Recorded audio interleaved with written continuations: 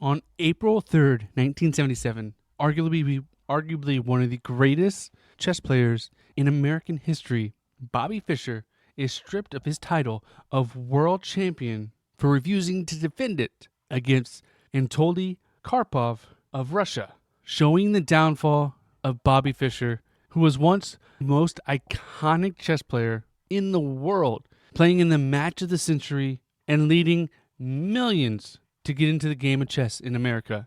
Today we're going to dive into the history of Bobby Fischer and what led him to give up his title and led people to ask, where is Bobby Fischer? Today on Daily Sports History.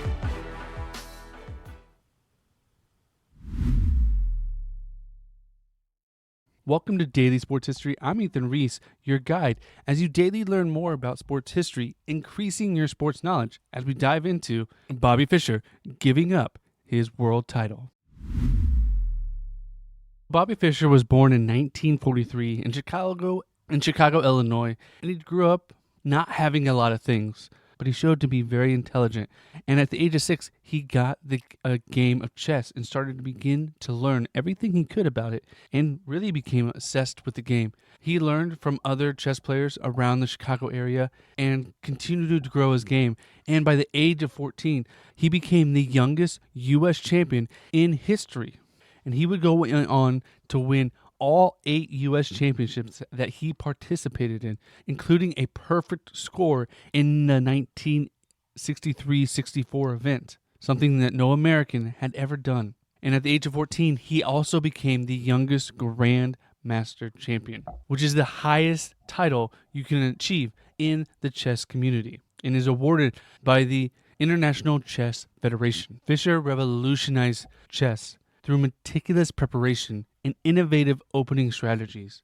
And in 1969, he actually wrote a book called My 60 Memorable Games, which was celebrated in the chess community as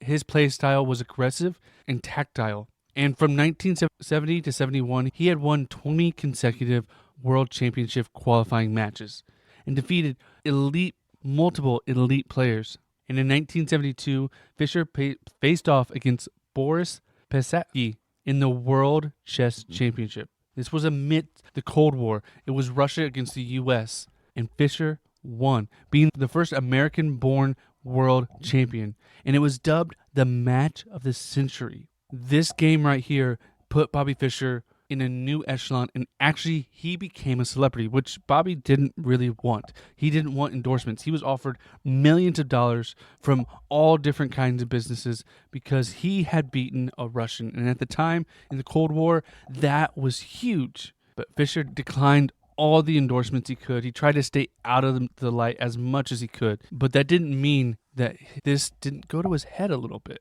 See, after winning this championship, becoming a household name in America, Fischer became kind of a recluse and kind of shied away from the public eye and shied away from championships. Between 1972 and 75, during his reign as world champion, he became increasingly dissatisfied with the International Chess Federation and believed that the existing championship rules were unfair to reigning champions and began to advocate for changes. And this is where the issue came to be in 1975. He was told by the International Chess Federation that if he did not defend his title at the 1975 chess match against Anatoly Karpov, he will lose his title. Fischer had some demands, which this wasn't the first time he demanded things. When he first won the title, he actually demanded more of a payout, which he actually got from a third-party benefactor. But he still had some demands. Now, the reason for these demands, some of them kind of make sense, some of them don't.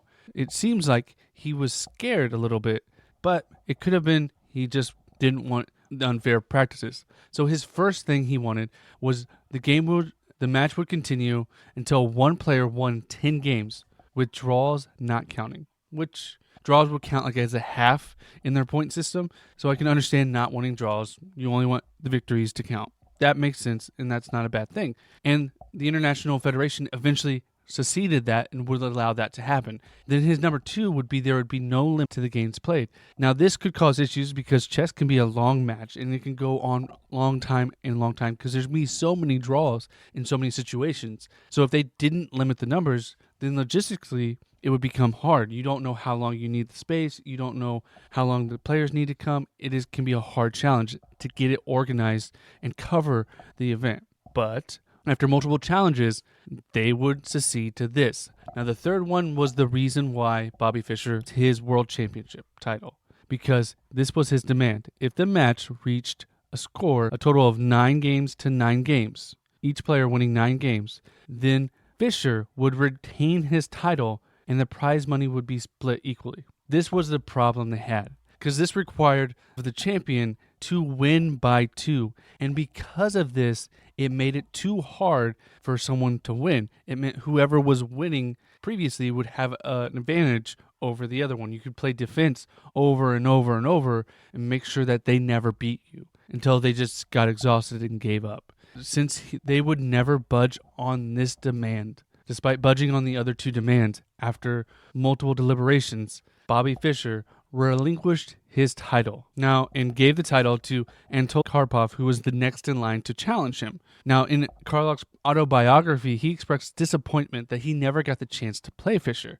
He believed it hindered his own chess development. And despite multiple attempts to arrange some type of match against Fischer, no agreement was ever made. And this actually made Karpov the youngest champion at the age of 23. And the standoff between Fischer and the International Chess Federation remains one of the most dramatic moments in chess history.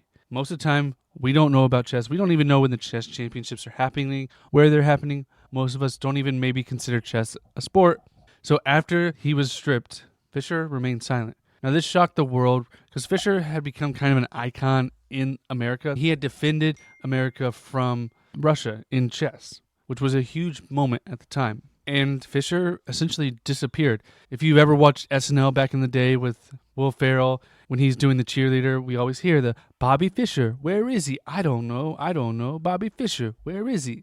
Because he had kind of disappeared. He declined to do media. He declined invitations to return to competitive play. But in 1992, actually resurfaced to face Boris Beskatsky, who he had beaten to win the championship. And to do so, he did this in Yugoslavia, violating U.S. sanctions. Although he did win the match, it did not restore his legacy. And he's remained mostly a recluse throughout his life, popping up to play random grandmasters here and there, but never really making a push to regain his world championship hood, which he could have done. He actually left America and became a citizen of Iceland. But in 2008, Fischer died of kidney failure while in Iceland, passing away in relatively obscurity. Though he had actually an estimated net worth of over $2 million, he may always be remembered for leaving the game of chess that he loved rather than playing the game of chess he loved. You can't always have the perfect ending.